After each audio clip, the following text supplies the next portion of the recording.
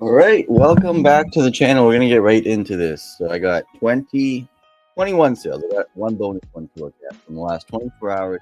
A lot of PS9s going for a lot more than we could get them for a few years ago. So if you can't get the 10, honestly, some of these cards are so rare in any grade, let alone a 10. So we got a 9, Quapolis, Crystal Kingdra, starting us off. Going into Aladios, special illustration rare, Latias EX from Surging Spark. So I put up this one specifically to show BGS still has a pretty big premium. Pretty big premium. This is not a black label, but this still goes for a few $100 more than the PSA 10 counterpart. They're a lot tougher to get though. Pristine 10s are much tougher to get than PSA 10s. On to our next card. This is the reason we opened a whole lot of Shiny Star V and not much Shining Fates from the day it released till today. We don't open a whole lot of Shining Star V anymore, but Shining Star V is the much better alternative versus Shining Fates. They're not really made equal. It has this Marnie card in it, which is the #1 chase from Shining Star V versus Shining Fates, which doesn't have the Marnie. We got it in the Marnie milk crate or milk carton boxes. It also has a second Charizard. The Charizard that we got in on the English side from Champion's Path is included in this. So 2 Charizards, a Marnie, God Pack opportunities, better pull rate. Shining Star V is much better than Shining Fates.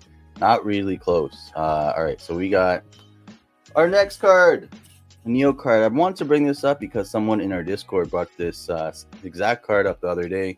And they wonder what it would be in a PSA 8 condition. This is a CGC blue label. So this is when they were much tougher on grading versus today. And this went for $175 in an 8. So pretty cool. Up next, we got the Play Prize Packs. We opened a few of these. I think we might have even hit this card. But the Vulpix sold on the 16th for $400 in a PSA 10. Moving on to something that we've always loved here on the channel, but is never really gotten too much love. Break cards, extremely unique cards. The way I've always looked at them is we have Super Mario. There is the Metal Mario version. Well, these are gold Pokemon. This is a Pokemon completely dipped in gold. I think they're all really cool, and I've always loved the break cards. We got Steam Siege Xerneas going for $125 in a PSA 10.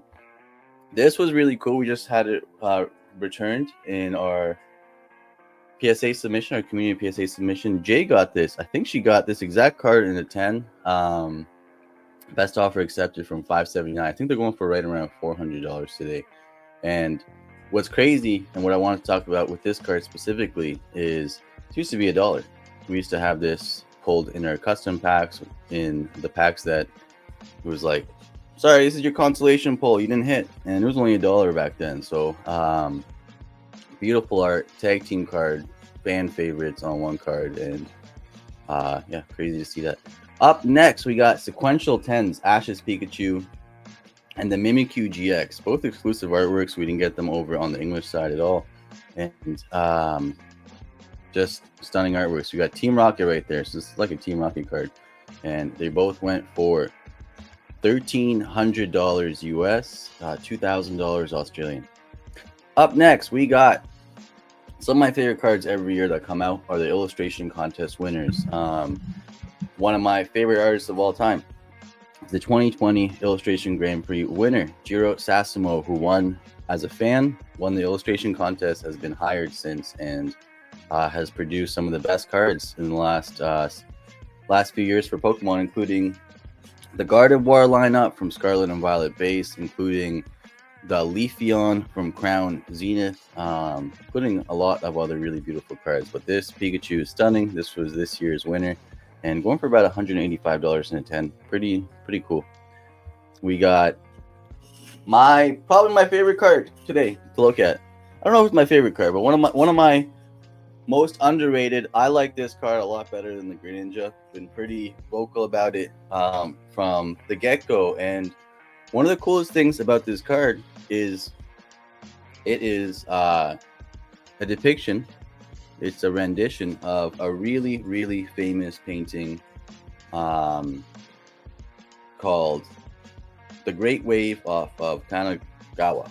And I've written about this card a few times in the Discord. I did a little bit of a breakdown on the art, the artist, as well as its significance. But absolutely love this card. You guys have seen me wear the sweaters, the Great Wave sweater on the stream before, and this card has started to climb back up. It's about $200. Dipped to about 100. That's what I'm saying. It's climbing back up. Still a relatively new card. And I think it's stunning. We have the Ancient Mew with the Japanese version in a PSA 10, and it went for almost $1,200. Up next, we got the Rayquaza from Evolving Skies. The raw value of this card versus the PSA 10 value were way too close, I found, for the last few months. Starting to go up a little bit on the PSA 10 value. So $1,259 the 10 was hovering around right around $1,000 and 700 raw. So you'd have to pay a little bit more than regular grading cost to grade it because it's a higher value card, and that PSA 10 value seemed to be lagging behind a little bit. Up next, in my opinion, this is the number one Lugia card of all time in almost 30 years of Pokemon. I'm not saying it's the rarest. I'm not saying it's the Crystal Lugia. I'm not saying it's the first appearance Lugia. I'm not saying it is the most expensive, which is the Neo Lugia, but I'm saying this is the most beautiful artwork.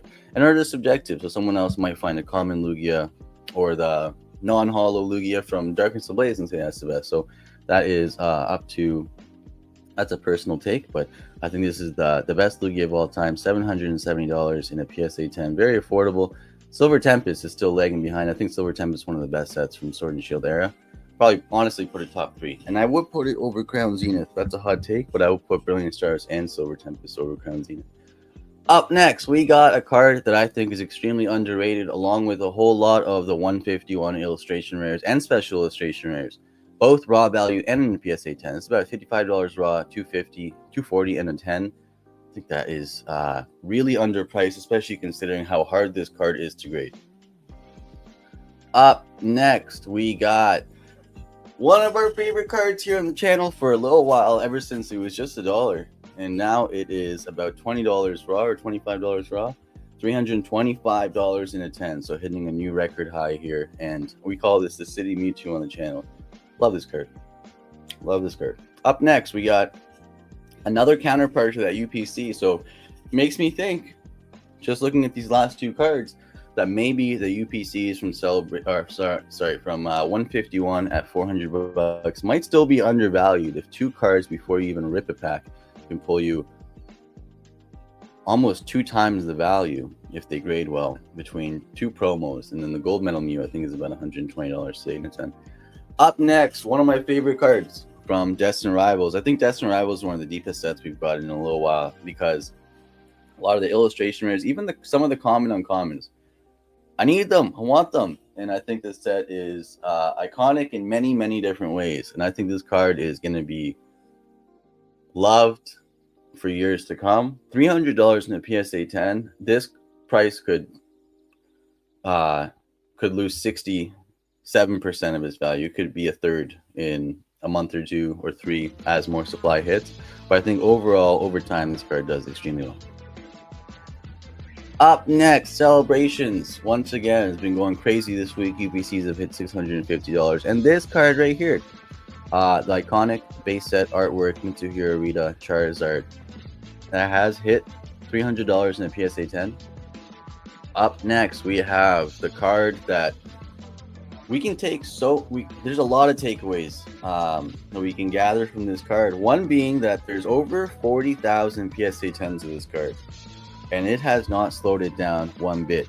And then you start to think, is there more than 40,000 Pokemon collectors out there? There's millions, right? There's millions. And it's enough that this card keeps hitting new record highs every single week. $1,200 in a PSA 10, 40,000 copies. And there's a lot of people listening right now that said, I would love to add that to my collection. So there's still a lot of people that still want it, and very desirable, very cool. Breaking the mold, that card right there. Up next, our second last card, the Tea Party Pikachu. I love this card. I think it's been underrated for a little while. Starting to climb up, and this last sold at $700 in a 10. One last card to look at is, I think I'm going to put this as the thumbnail. We got a PSA 10 of the special illustration rare from from Destined Rivals, the Team Rocket's Mewtwo. I think Destined Rivals is the one set, so we've skipped pretty much a lot of the newer sets. We wait for them to slow down a little bit, and then we focus on sets that are out of print or off shelves on our channel specifically. I think this card and this set could follow Evolving Skies, where it was one set that broke that mold. It started off affordable. It took about 12 months for Evolving Skies booster boxes to hit $200. They were really affordable for the first while of release. The Umbreon, the PSA 10, was very affordable. And I'm not saying the first week, but let's say at the end of the first month up until a year after, it was around $500 in the PSA 10, and then slowly started to climb up. And now it's almost $3,000. So I think this card might dip a little bit more just based off supply hitting. But I think Destined Rivals prices are extremely reasonable. The exact opposite of my thoughts for a set like Prismatic, which we've been consistent with it here. I still think dips a lot. So I think this card right here and Destined Rivals in general might this might look like a really good price in 12 months. We'll find out though. Thank you guys so much for watching. Please comment your favorite card below, and I will see you guys next time.